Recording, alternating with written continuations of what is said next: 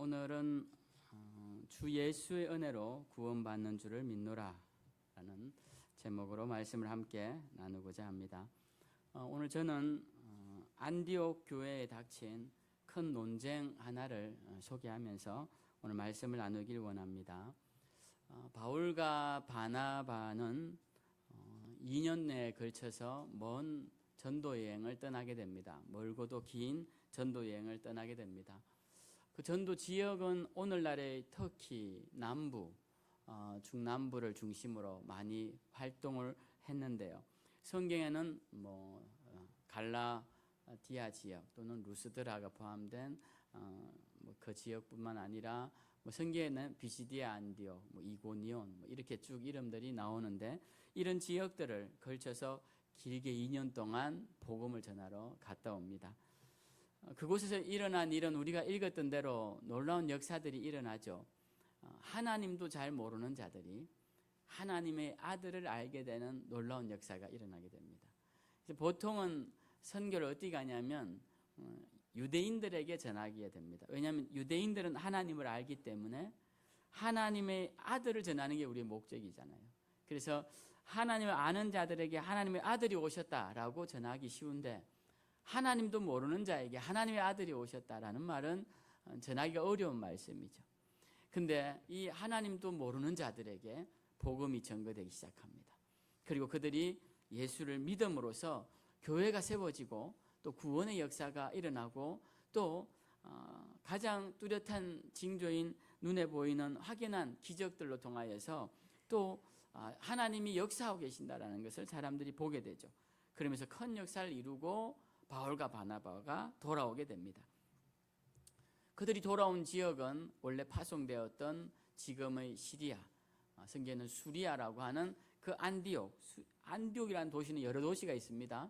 근데 수리아에 있는 안디옥이라는 도시, 그 안디옥 교회로 와서 이제 선교 보고도 하고 거기서 이제 사역도 계속하게 됩니다. 근데 이곳에 이제 예기치 않은 불청객들이 찾아옵니다. 이 안디옥 교회에 예기치 않은 불청객들이 찾아오는데요. 그들은 구원에 대한 잘못된 교리를 가지고 나오는 자들이었습니다. 그들의 주장은 뭐냐 하면 구원은 예수를 믿음으로 이루어지는 것뿐만 아니라 율법도 함께 지켜야 이루어진다라는 주장을 하는 사람들이었습니다. 자, 이 논쟁으로 인하여서 안디옥 교회가 큰 대립과 반목에 들어가게 됩니다.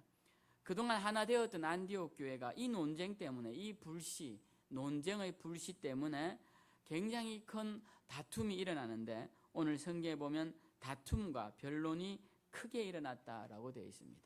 그래서 우리가 논쟁하고 변론하고 이게 나중에 다툼이 되어서 이젠 서로 대립하는 국면에까지 이르게 되는 것을 보게 됩니다. 사실 대부분의 논쟁들이 이렇게 많이 되죠. 그래서 이 안디옥 교회에서 이 논쟁을 어떻게 해야 되느냐, 이 구원에 대한 논쟁을 어떻게 해야 되느냐, 어떻게 해야 우리가 이걸 해결을 보겠느냐, 서로가 감정적 대립만 깊어지고 이 문제의 해결점은 찾지 못하고 서로 한치의 양보도 없으니 이것이 어떤 해결점을 찾기가 어려워지게 되었습니다. 그래서 이들이 내린 결론은 그러면 예루살렘으로 사람을 보내자.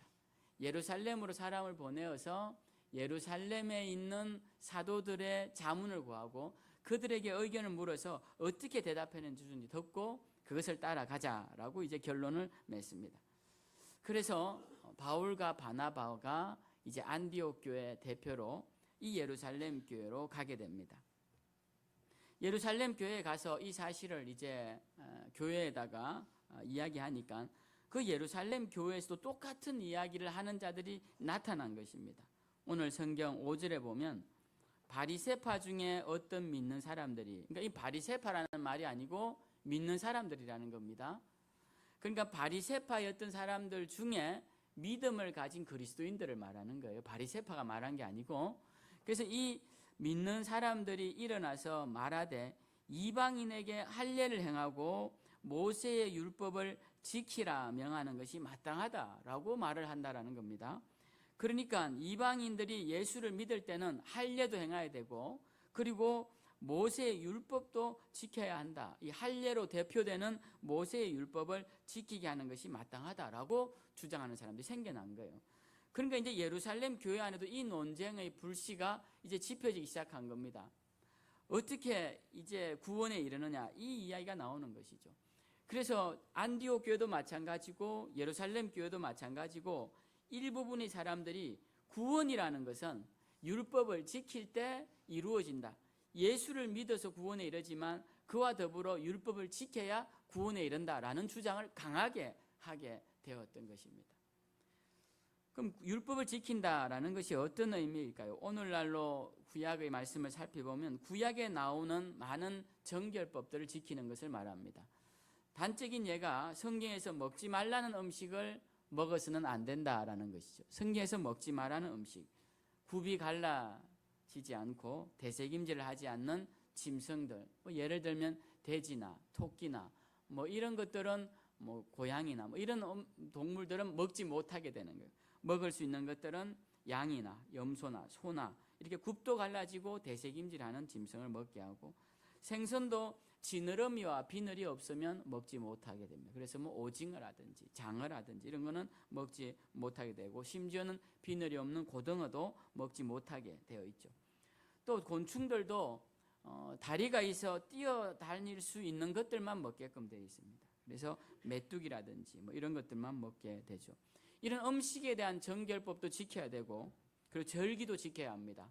구약에 나오는 가장 큰 절기인 유월절, 초막절, 그리고 수장절 같은 절기뿐만 아니라 나팔절이라든지 여러 절기, 우리가 룻기에 나오는 불임절이라든지, 그리고 신구약 중간 시대 때 일어났던 수전절이라든지 성전이 회복된 수전절이라든지 여러 가지 절기들이 이 당시에 지켜지고 있었는데, 이러한 절기들을 다 지켜야 된다는 거예요. 그리고 제사를 드릴 때도, 예배를 드릴 때도 속죄제, 속건제, 화목제, 번제, 요제, 전제, 이런 여러 가지 제사의 방식들이 그 절기에 맞게끔 지켜져야 했던 것입니다. 그리고 안식일에도 안식일에 걸어갈 수 있는 거리, 들 수 있는 무게, 그리고 할 수 있는 노동, 이 모든 게 다 정해져 있었습니다. 그러니까 이러한 것을 다 지켜야 한다라는 것이죠. 그 중에서도 가장 대표적인 율법이 할례였는데요. 할례도 반드시 행해야 한다라는 것입니다. 자, 이러한 문제가 이제 그리스도인 사회에서 생겨나게 된 겁니다. 교회들에서. 그래서 우리가 예수님을 믿는다고 해서 율법을 지키지 않으면 어떻게 하느냐, 이런 이야기들이 계속 이제 나오고 있는 거예요. 그래서 이 문제에 대해서 우리가 어떻게 할지 정합시다.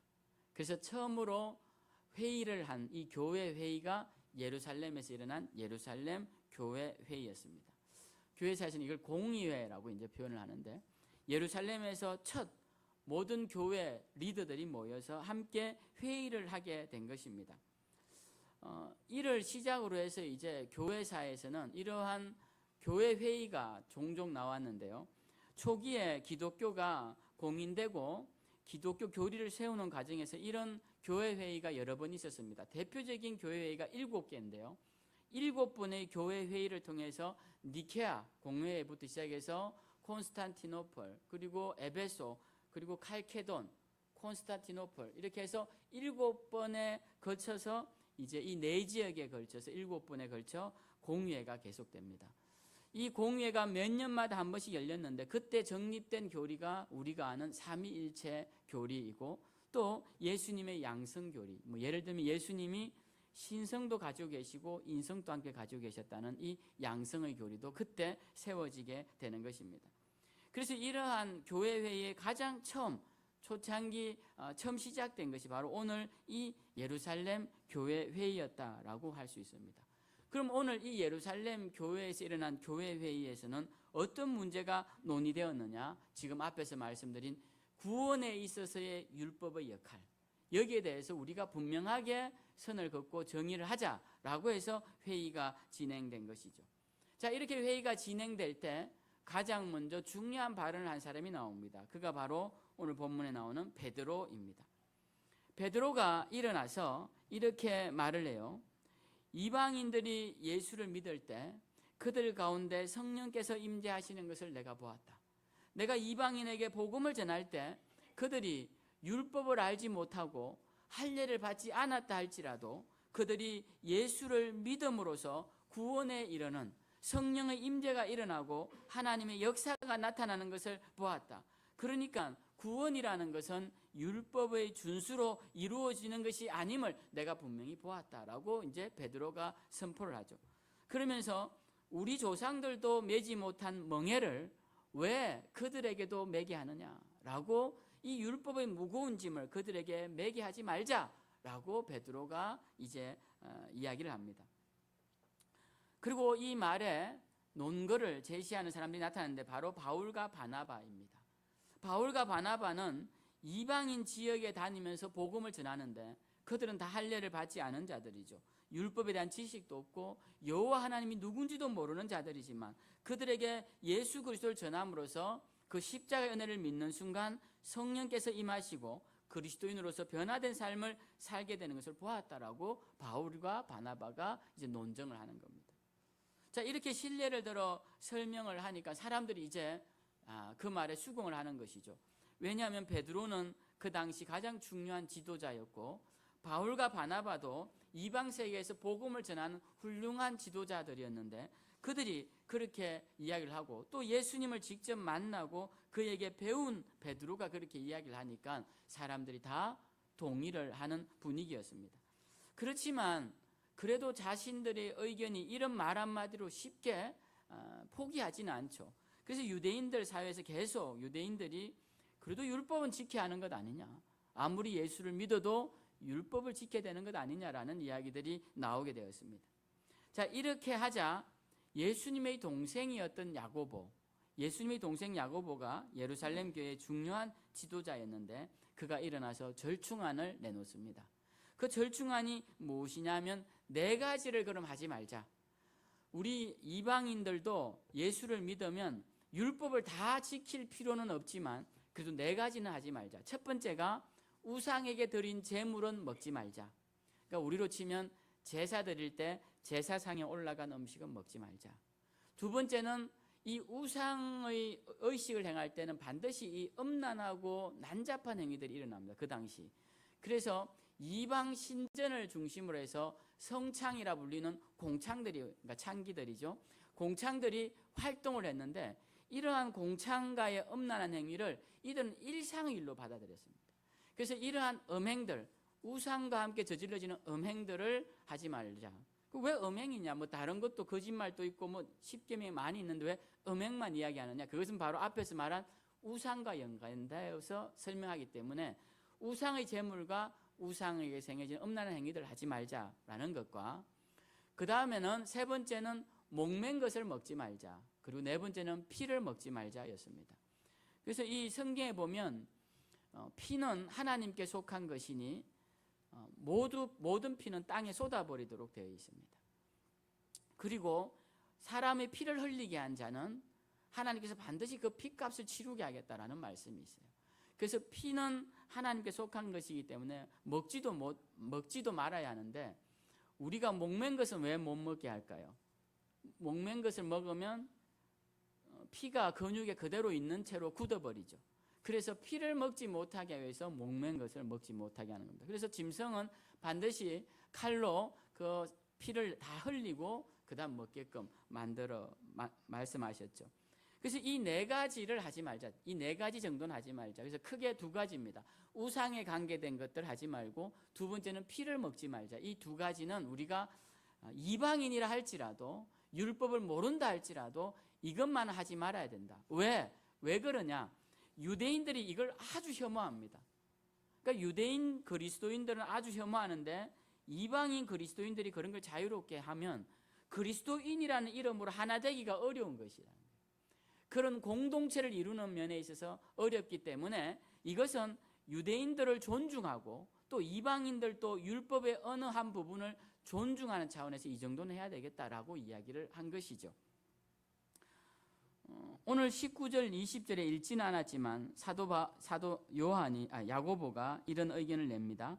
그러므로 내 의견에는 이방인 중에서 하나님께로 돌아오는 자들을 괴롭게 하지 말고, 자, 율법에 대한 부분이에요. 너무 율법으로 엄격하게 해서 괴롭게 하지 말고, 20절에 다만 우상의 더러운 것과 음행과 목매어 죽인 것과 피를 멀리하라고 편지하는 것은 옳은 것이다 라고 되어 있어요. 그래서 이렇게 이제 절충안을 내니까, 그래, 그것만은 그럼 하지 말자 우리가, 이렇게 이야기가 된 것이죠. 그래서 예루살렘 교회 회의에서는 이제 교회에서 결정이 된 거예요. 이 네 가지가 결정이 되었고, 할례를 받아야 한다거나 절기를 지켜야 한다거나 뭐 굽이 갈라지지 않은 짐승을 못 먹게 한다거나 이런 것에서는 자유롭게 하되, 중요한 것은 우리의 구원이 예수 그리스도를 믿음으로 가능하다라는 이 중요한 구원의 진술에 대해서는 다시 한번 확인하는 시간이었다라는 것이죠. 근데 여러분, 오늘날 어떻습니까? 오늘날 목매어 죽인 짐승을 먹지 않고, 뭐 그리스도인들이 그런 사람들은 잘 없죠.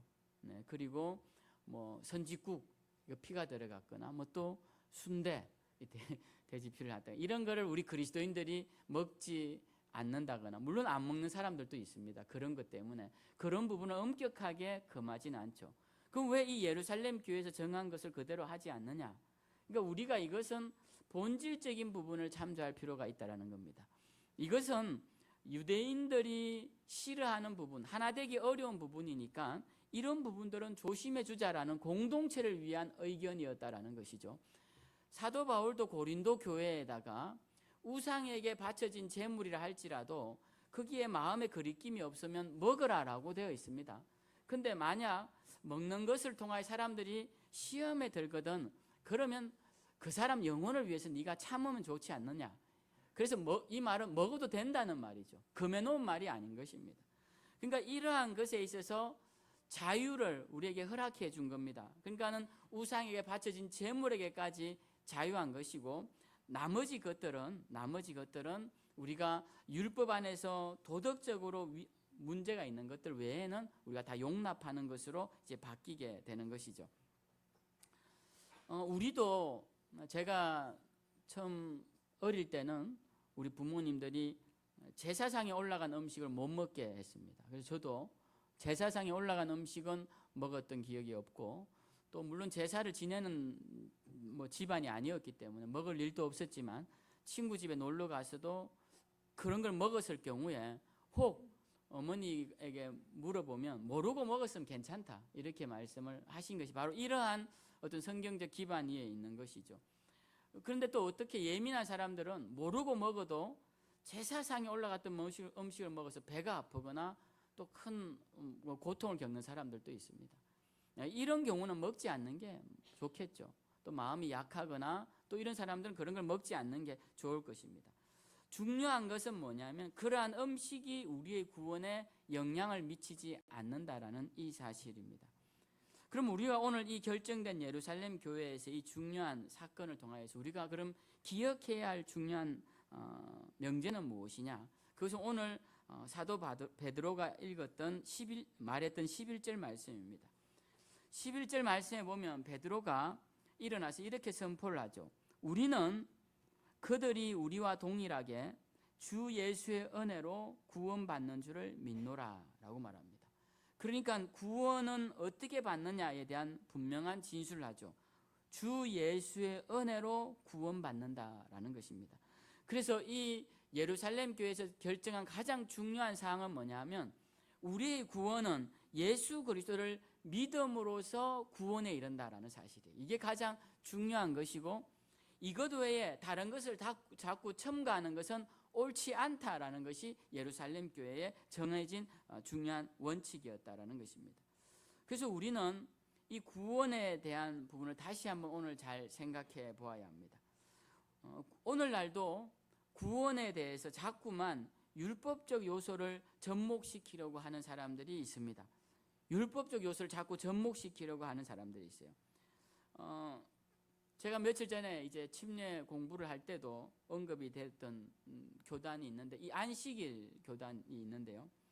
이 뭐 제7일 안식일 재단이라고 불리는 이 단체는, 그들은 안식일도 금요일 저녁부터 해서 토요일 저녁까지라고 해서 그렇게 지키고요. 그리고 피를 먹지 말라고 했기 때문에 피를 안 먹는 건 당연한 거고, 고기도 먹지 않고, 그리고 수혈도 받지 않습니다. 그죠? 피를 이렇게 받는 것 자체가 성경에 위배되는 것이에요. 그래서 수혈도 받지 않습니다. 이들은 구약의 율법들을 최대한 지키려고 노력하면서도 예수 그리스도를 믿는 자들이에요. 예수 그리스도를 믿는 자들이에요. 그래서 우리나라에서는 삼육재단으로 많이 알려져 있죠. 우리가 삼육대학, 또 우리가 많이 먹는 삼육두유, 그리고 병원도 위생병원으로 알려진 서울 삼육병원, 이름을 그렇게 바꿨는데요. 그러한 재단들이 모두가 다 이 제7일 안식일 재단입니다. 그러니까 거기에 가면 이제 수혈하지 않고 수술을 해요. 수혈하지 않고 수술하는, 그러니까 굉장히 그런 부분에서는 의학 기술이 진보되어 있겠죠. 그러니까 그런 쪽 계속 연구를 했으니까. 그래서 이들의 어떤 생각은 성경에서 금해놓은 것들은 하지 않는 것이, 그것이 바람직한 것이다라는 겁니다. 그리고 믿는 자라면 그렇게 해야 된다라고 생각을 하는 것이죠. 이들이 윤리적으로 결코 우리보다 부족하지 않습니다. 더 윤리적이고 더 뛰어납니다. 이와 비슷한 교단 중에 하나가 몰몬 교도들이 있습니다. 몰몬 교도들이, 사업가들이 제일 선호하는 직원 종교가 몰몬교라고 합니다. 이 몰몬 교도들은 거짓말을 하지 않습니다. 그리고 남을 속이지 않습니다. 그래서 아주 CEO들이 좋아하는 사람들이라고 해요. 그렇지만 그들의 신앙과는 분명히 우리가 믿는 오직 예수 그리스도를 믿음으로 구원에 이른다는 이 신앙관과는 맞지 않다라는 것입니다. 우리는 그런 면에서 그들이 뛰어나다고 해서 우리가 갖고 있는 이 예수로만 구원 얻는다는 이 놀라운 구원의 비밀에 율법적 요소나 또 의로운 선한 행위를 가미시켜서는 안 된다라는 것입니다. 제가 지금 그들의 종교를 옳다고 옹호하는 게 절대 아니죠. 근데 우리가 이렇게 드러나는 사람들은 그들이 누구고 이런 사람들 우리가 피하기가 쉬운데, 또 그들의 교리가 선명하게 드러나 있기 때문에 뭐가 잘못됐는지 알 수 있는데, 드러나지 않고 율법적인 요소들을 강조하는 우리 개신교의 교회들도 많이 있더라는 것입니다. 사실 우리 개신교회가 종교개혁을 일으켜서 캐톨릭에서부터 나오게 된 결정적인 요소가 뭐냐면 바로 행위가 구원에 미치는 영향에 관한 부분입니다. 그러니까 캐톨릭이 자꾸 강조하는 것이 뭐냐면은 선한 행위와 그리고 중요한 예식, 이러한 것들로 통하여서 구원에 중요한 영향을 미친다라고 가르쳤던 거예요. 그래서 캐톨릭에서는 7개의 중요한 성례가 있습니다. 이 7개가 날 때부터 이제 영세를 받아서 마지막 종부 성사까지 중간에 또 5개가 있는데요. 이 7개의 성례전을 통해야만이 구원에 이를 수 있는 아주 중요한 구원에 영향을 미치는 예식으로 말을 합니다. 여러분, 예식이 많다는 것, 예식이 종류가 많고 해야 될 게 많다는 것, 그만큼 우리가 예수 그리스도께 가는 길을 복잡하게 만들어 놓은 것이에요. 그 옳은 것이 아닙니다. 우리는 오늘 성경에서 예루살렘 교회에서 정의 내렸던 구원에 이르는 요소는 오직 예수 그리스도를 믿음으로 그분의 은혜로 이른다라는 이 사실을 우리는 늘 마음에 새겨야 합니다. 근데 자꾸만 사람들이 여기에 선한 행위를 가미시킵니다. 아, 그리스도인이라면 착하게 살아야지, 또 착하게 살아야 그리스도인이지, 이렇게 논점을 바꾸어서 이야기를 합니다. 그래서 자꾸 가톨릭 이야기에서 그렇지만 그들이 회개를 할 때 회개에 합당한 보속, 그런 행위들을 하게끔 되어 있습니다. 보속을 하지 못하면 거기에 상하는 헌금을 하게 되어 있고요. 그러다 보니까 죽은 자를 위한 기도, 죽은 자를 위한 예물까지 만들다가 나온 게 면죄부가 나온 것입니다. 그러니까 우리는 이러한, 이제 물론 면죄부는 부패할 대로 부패해서 나온 거기 때문에 우리가 반발하다는 뜻이죠. 개신교라는 말이, 프로테스탄트가 거기에 반발해서 나왔지만 그 전에 조금씩 골마갈 때는 잘 인식을 못했다라는 것이죠.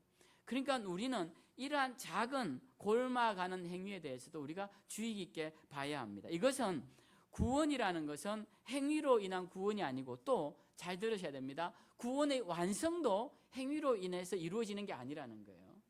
그래서 우리가 성화라는 이름으로 구원의 완성조차도 우리의 행위가 가미되어야 될 것이다 라고 생각한다면 구원에 대한 믿음이 약화될 수밖에 없다라는 것입니다.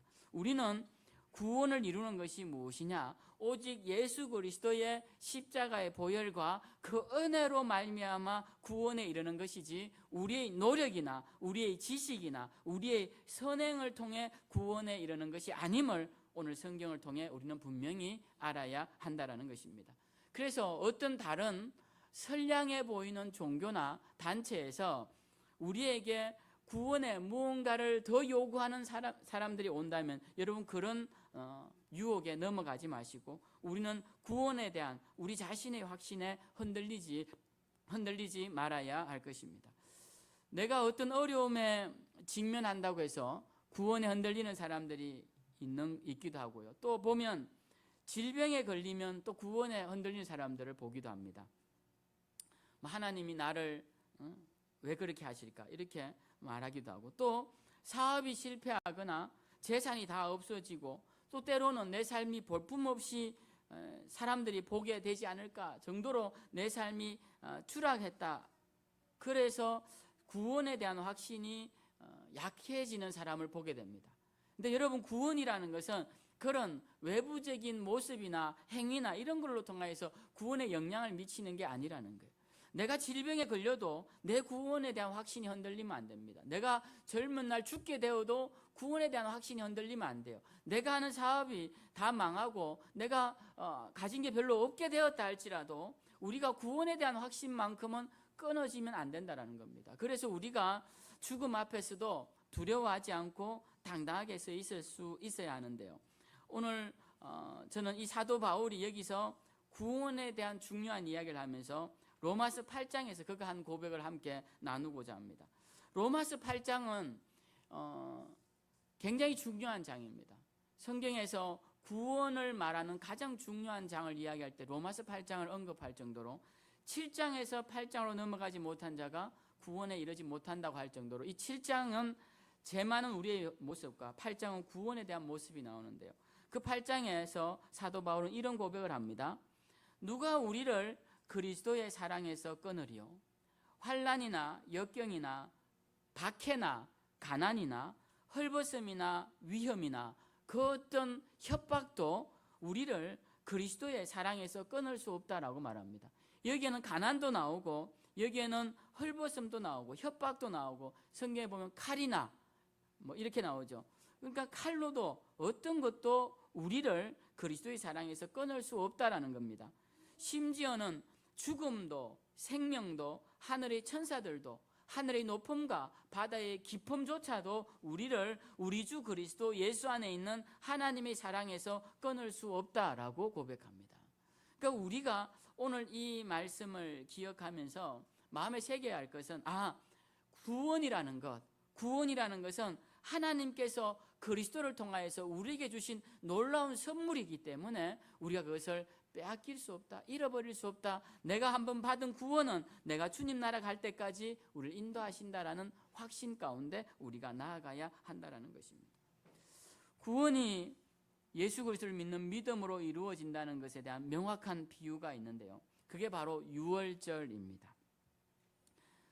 유월절은 이스라엘 백성들이 가장 중요하게 생각하는 절기예요.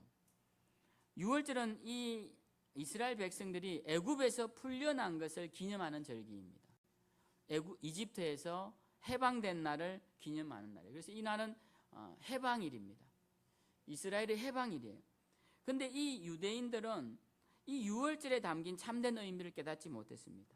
이들은 그냥 이 날이 독립된 날로만 생각을 했습니다. 그런데 이 속에 담긴 구원의 비밀이 있어요. 이 구원의 비밀은 예수 그리스도가 오심으로 풀려졌는데요. 그 비밀을 한번 함께 보죠. 하나님, 이스라엘 백성들이 이집트의 노예로 400년 동안 있었습니다. 430년 동안 노예로 있으면서 그들은 완전히 종이 되었어요. 근데 어느 날 하나님이 이 백성들의 기도를 듣고 내어 보내주려고 이집트에서 그 지배국의 종에서 내어 보내주려고 하시자 이집트의 파라오가 이걸 막았습니다. 그때 하나님께서 저주를 내리세요. 첫 번째 저주, 두 번째 저주 이렇게 내리니까 이 이집트의 파라오가 처음에는 저주 때문에 마음을 돌이키다가 그 다음에 다시 마음을 다잡고 안 보내주겠다라고 합니다. 그래서 하나님이 7번째, 8번째, 9번째, 10번째까지 재앙을 내리세요. 그래서 이 10번째 재앙이 무엇이냐면 모든 첫 번째 난 사람의 자녀와 짐승의 새끼를 다 죽이겠다라는 것입니다. 이집트의 왕의 아들로부터 해서 그 짐승의 새끼까지 열애 없이 다 죽이겠다라는 저주를 하셨어요. 근데 이 저주를 피할 방법을 내려주십니다. 그 피할 방법은 1년 된 어린 양을 그 피를 문 입구에 바르는 것입니다. 붉은 피를. 그러면 그 피를 보고 죽음의 천사가 그 집을 넘어가겠다라는 것이죠. 여러분, 유자가 넘어갈 유자죠. 그리고 월자도 넘어갈 월자입니다. 그러니까 유월절이라는 의미에는 해방이라는 의미가 들어가 있지 않아요. 독립이라는 의미가 들어가 있지 않습니다. 무슨 의미만 들어가 있느냐? 넘어간다는 의미밖에 없습니다. 실제 원어상으로도 그렇고. 그러니까 넘어갔다라는 것이 넘어갔다. 그럼 무엇이 넘어갔느냐? 죽음의 사자가 재앙이 넘어갔다는 것이죠. 그럼 왜 넘어갔느냐? 바로 그 어린 양의 피를 보고 넘어갔다라는 것입니다. 그러니까 이 유월절은 이스라엘 백성들이 구원받은 것에 초점이 맞춰진 것이 아니라 어떻게 구원받았는지에 초점이 맞춰진 날이에요. 그 어린 양의 피를 보고 죽음의 사자가 넘어갔다. 가장 중요한 것은 어린 양의 피가 발려져 있었다는 겁니다. 그런데 사람들은 이 어린 양의 피가 무슨 의미인지 알 수가 없었습니다. 그런데 이때로부터 1500년이 지나 예수께서 이 땅에 오시고 그분이 십자가에 달려 어린 양처럼 피 흘리심으로써 그 유월절 그 대문에 발려졌던 1년 된 어린 양의 피가 바로 저 예수 그리스도의 보혈을 의미하는구나. 1500년 이후의 일을 미리 예견한 사실이구나라는 걸 깨닫게 되었다라는 것입니다. 우리가 오늘 이 사실을 보면서 이 베드로와 그 당시 예루살렘 교회가 결정한 이 중요한 문구, 우리의 구원은 예수 그리스도의 은혜로 말미암아 이루어졌다라는 이 문구가 왜 중요하냐? 바로 이 유월절 어린 양의 피를 보면서 우리가 깨닫게 되는 거예요. 만약에 그날 이집트인들이 그 문 앞에 어린 양의 피를 발라놓았으면 그들은 죽지 않았을 것입니다.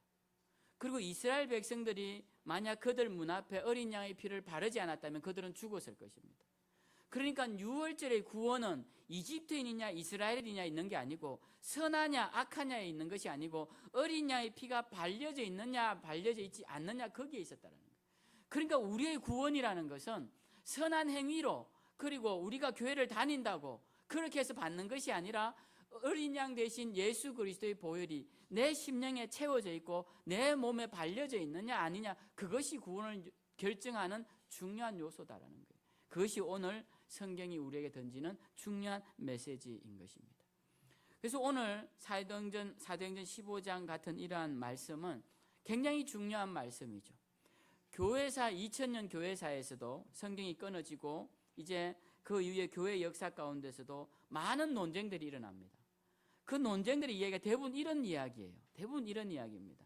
그런 많은 논쟁들을 거쳐서 결국은 완성되고 온전해진 것이 오늘날 우리가 믿는 기독교 교리인 것이죠.